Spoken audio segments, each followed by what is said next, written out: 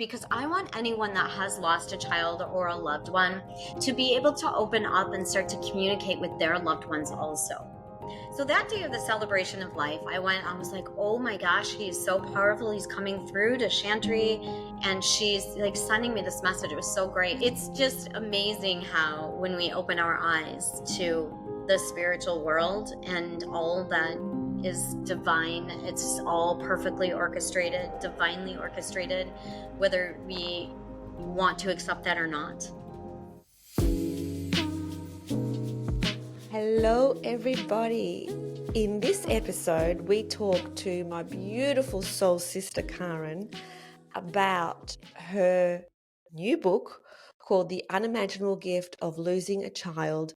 And this book is all about the story of how Caryn lost her child, Josh, in a motorcycle accident, and then basically what happened afterwards in terms of Josh connecting to Caryn and then Caryn writing this book. So, hello, Caryn. Hello, thanks for that introduction. Wanted to start with just giving a recap about the book. And Josh died in a motorcycle accident at 23 years old. At the time, I was not aware of the spiritual world other than the Christian world. And he started leaving me messages and coming to me. And you can listen to the prior episodes of what happened the day that I got the phone call that he was gone and we would never see him again. And then a little bit about the celebration of life. So today I wanted to talk a little bit about how I started that connection with Josh and how he started visiting me. I talk in a prior episode about how he came to me in the middle of the night and I heard him loud and clear. And today I wanted to just start by telling you about how I started getting messages from him. And it was so bizarre and nothing I'd ever thought would have happened. The day of the celebration of life, I had a friend that worked in the wellness center that I worked in. So I was a hypnotist, she was a massage therapist. And I had known that her brother, at the same age, at 23 years old, had died in a motorcycle accident. And I remember feeling my heart so sad for her. I met her mom. I couldn't believe, like, oh my gosh, I can't imagine what they went through, not knowing that would be me, just a year or two after I had met her. And she would tell me that she would get messages from her brother. She would feel him, she would hear him. And even sometimes he would be so persistent that she would have to tell him to go away. She had other things to do that day and he was being too much, like I have to do massage on someone and you come back later or whatever the message was. And I always thought, oh my gosh, that's so odd, like so bizarre yet so cool. How does that happen? What does that mean? And I didn't think much of it. I never thought I would have that experience or be able to communicate with dead people, really. And so when Josh died that day, she sent me a text right away and said she knew exactly how I felt and she was so sorry. And it was really nice to have her reassurance. But here's the thing. A week later, we had the celebration of life.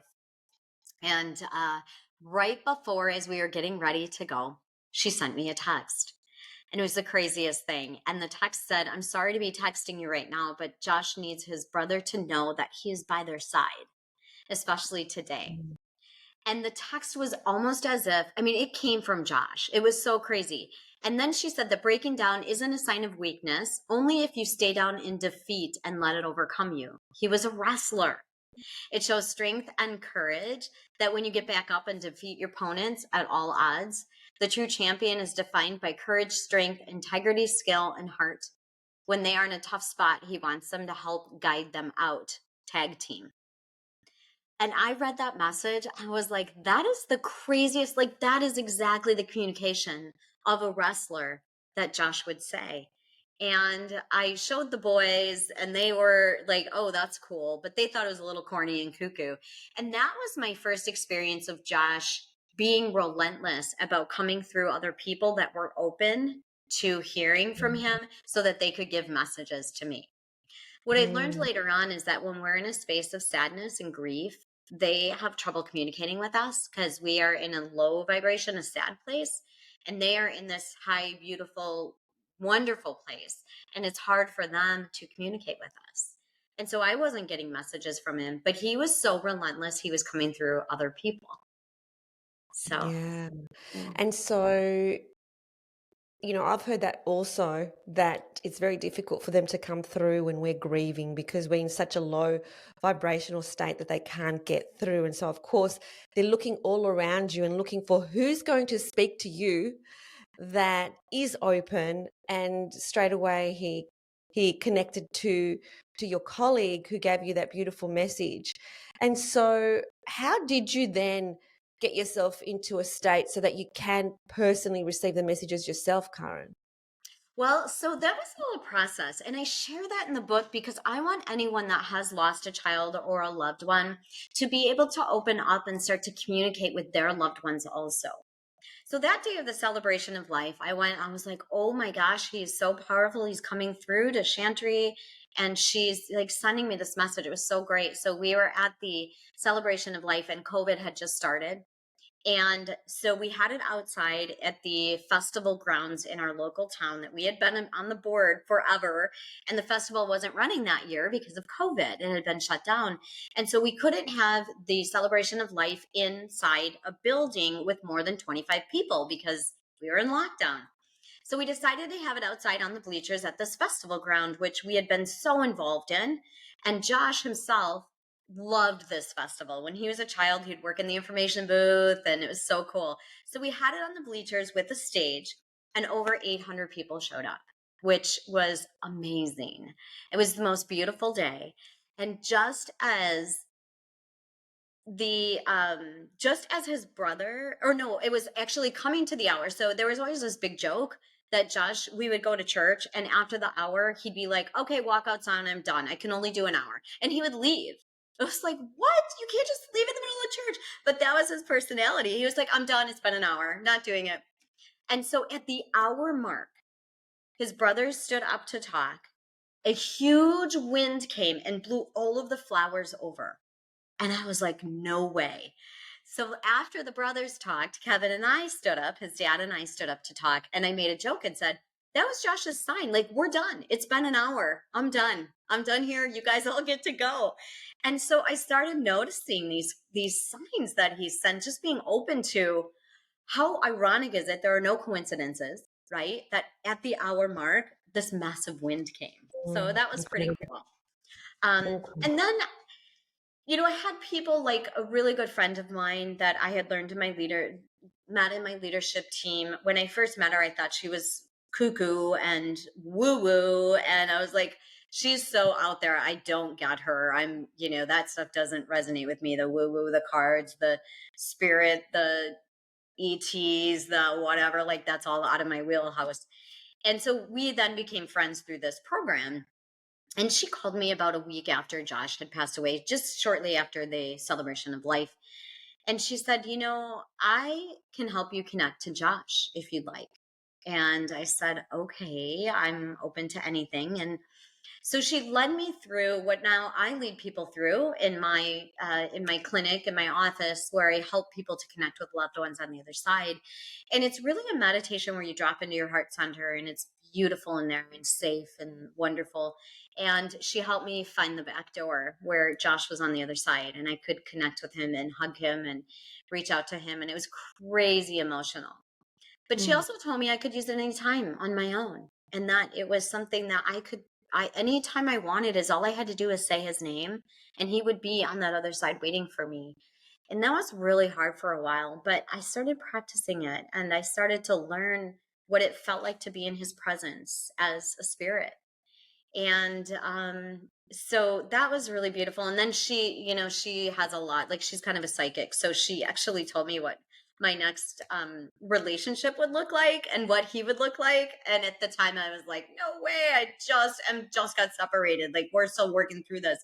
So I kind of laughed about it and thought it was funny, and then in the end she was completely right. Like that's the guy, Chad, I'm dating. So that was kind of crazy and funny. And then things happened. People reached out to me from, the hypnosis world, from the spiritual world, offering angel sessions and soul fragment retrieval sessions. And this is all in the book. And how I started to open up to, where did he go? And where is his soul? And how do I start to communicate with Josh? And so, I got some cards, an angel deck card when I took this angel class. Tarot cards to me were like, no way, woo woo, that's evil, not doing it. But angel deck, I could open up to that. So that's kind of how I started with the oracle decks. And now I have an oracle deck that I know is Josh's message. So I pull messages from him. Today I spoke at the high school about resilience and grief.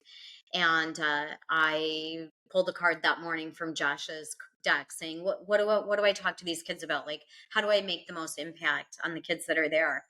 And I pulled the card, heart healing.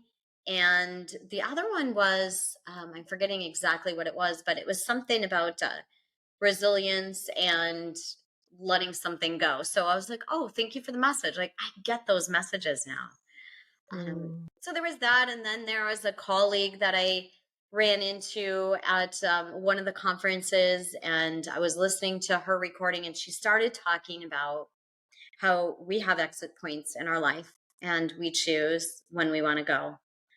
And when a near death experience happens or we die, we can choose to come back. And so Josh chose, well, she said in her presentation, I was listening to it, that he chose that exit point, and I that hit me like a lead brick, because I was Mm. like, no.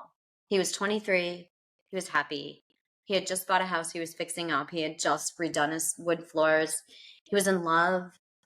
He was in a great place. He loved his career. He was a carpenter. He was coaching wrestling. He was going to Ukraine to coach. No, he didn't choose that exit point. And that was really hard for me to digest.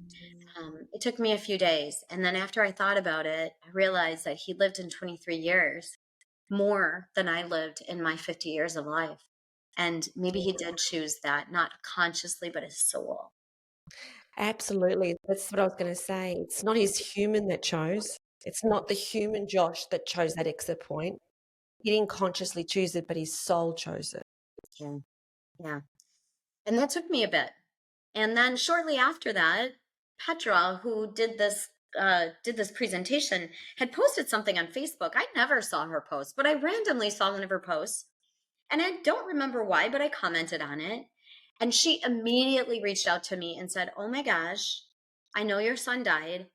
You're the one. There's a woodpecker that is visiting me. She lives way like out on the east side of our United States, that continues to peck at my window, or peck at my right by my window. It won't eat and it stares at me. And I know it's sending me a message, and it's doing it right now. And I know that is your son.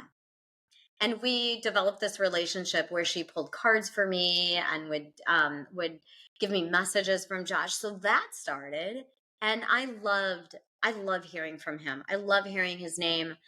And so I just opened up to all of that. And eventually it took me almost 2 years, a year and a half, close to 2 years, to be ready to have a mediumship session, because I was I wasn't ready emotionally. I Mm. was afraid. I was afraid of the emotions it would bring up.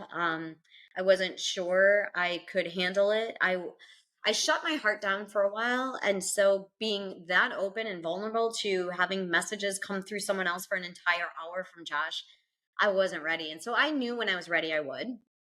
And I finally did, and oh my gosh, it was like he was next to me.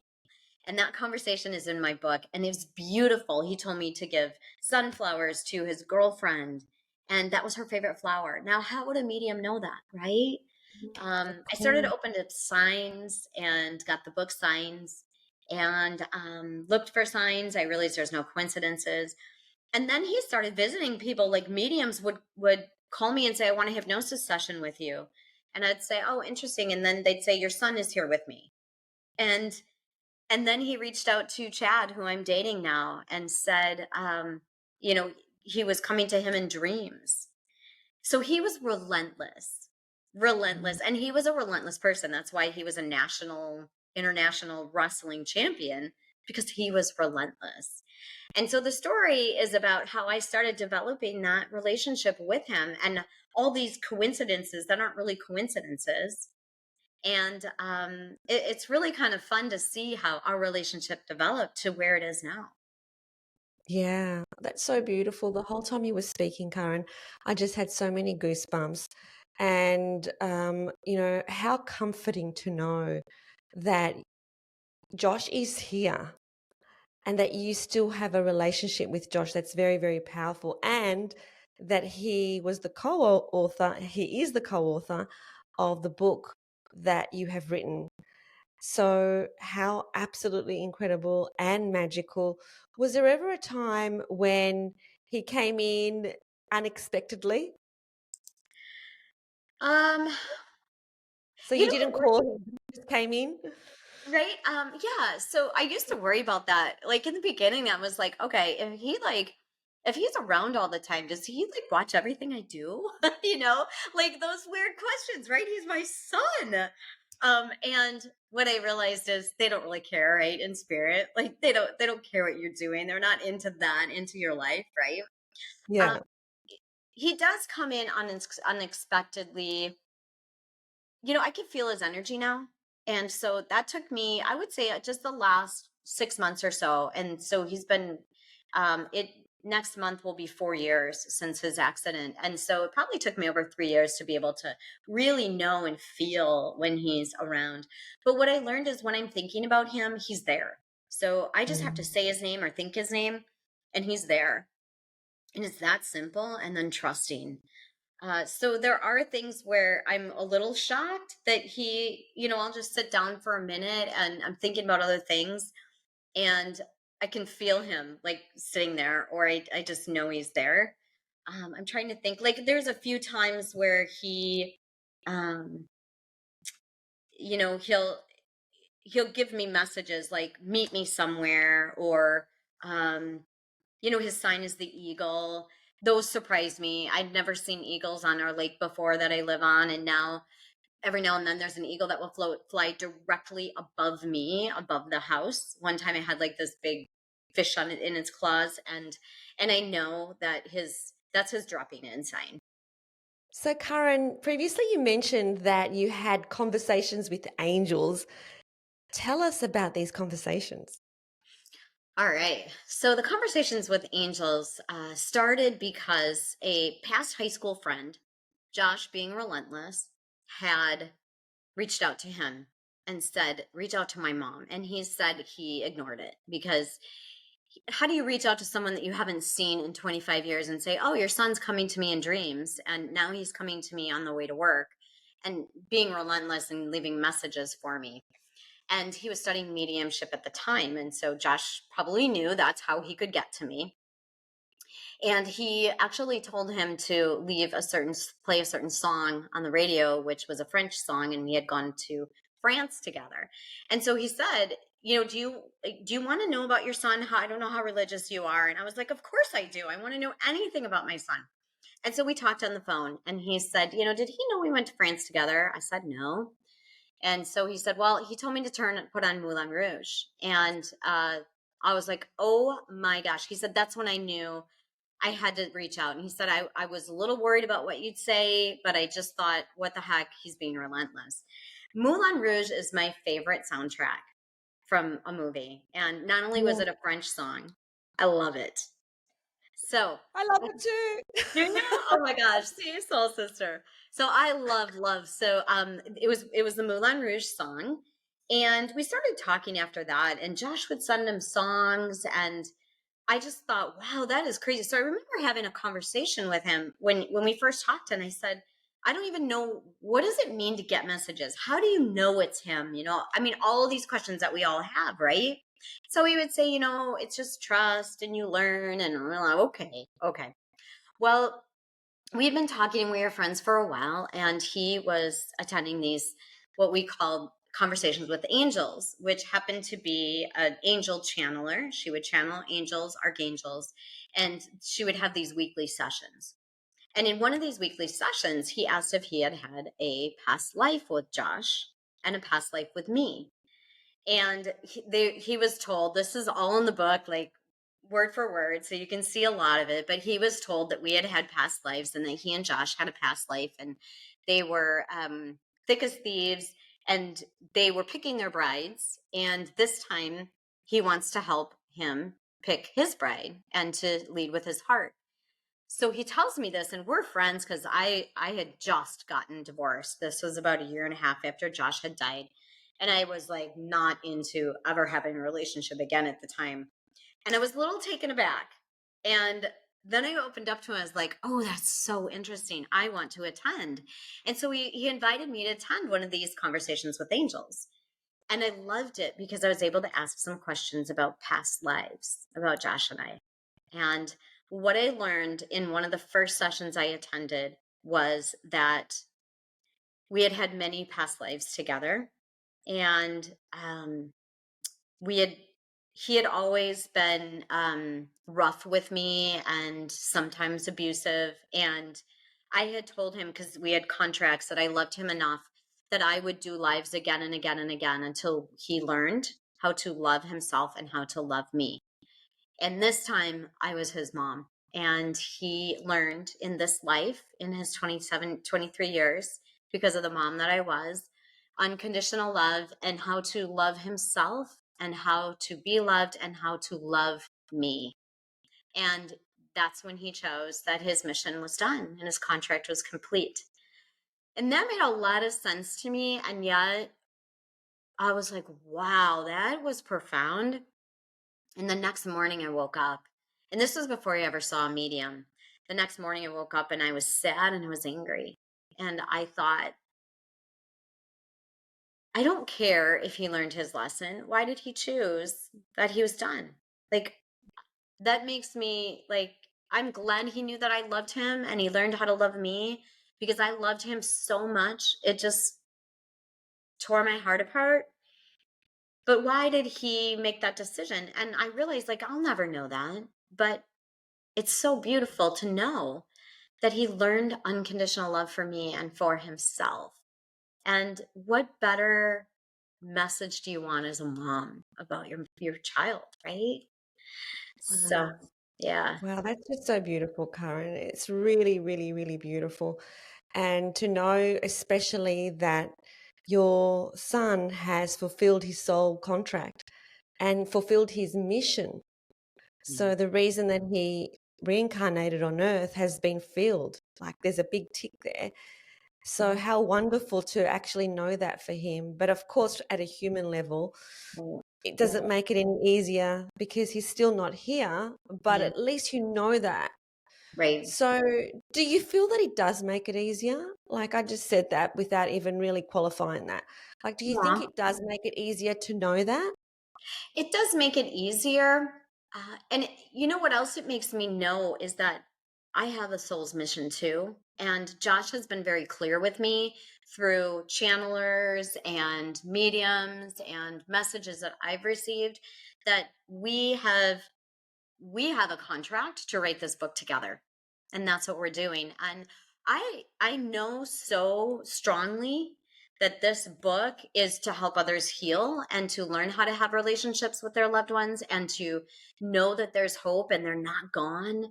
They're just not in their physical body. I know that this is my soul's mission and Josh's soul's mission, and that he started it and I get to complete it.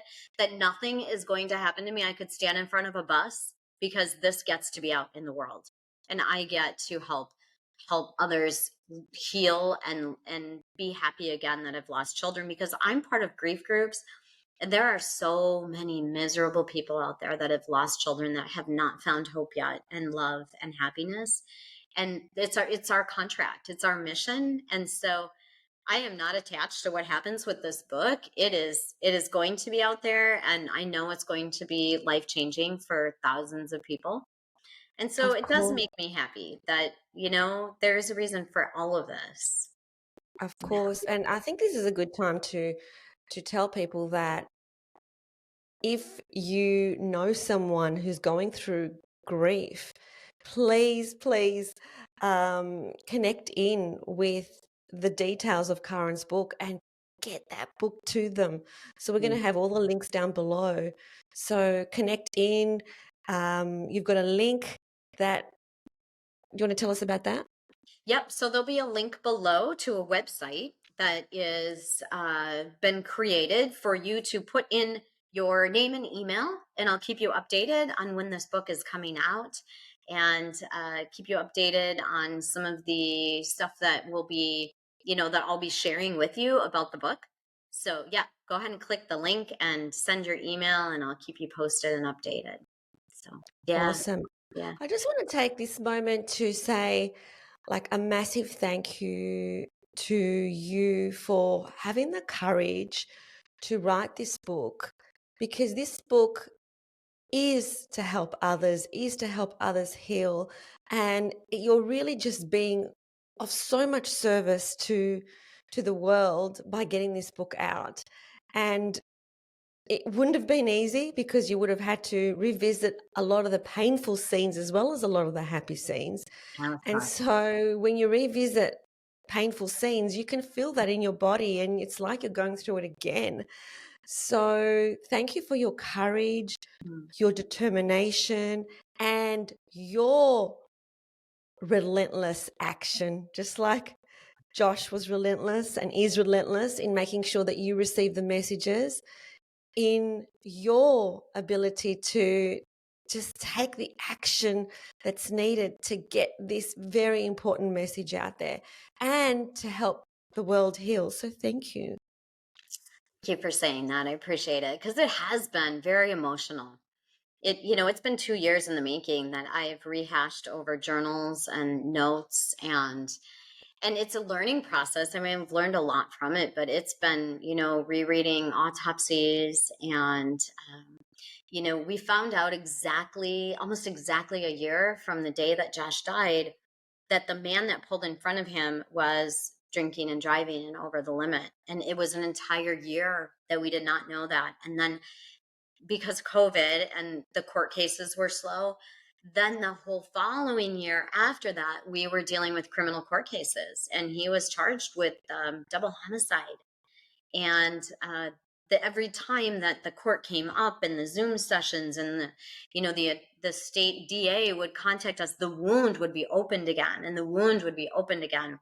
And that's all in the book, is how did we manage through that, and what does that court case look like? And in the end, it was very, very difficult, because in the end, he was charged with, actually, it wasn't even, he took a plea bargain for um,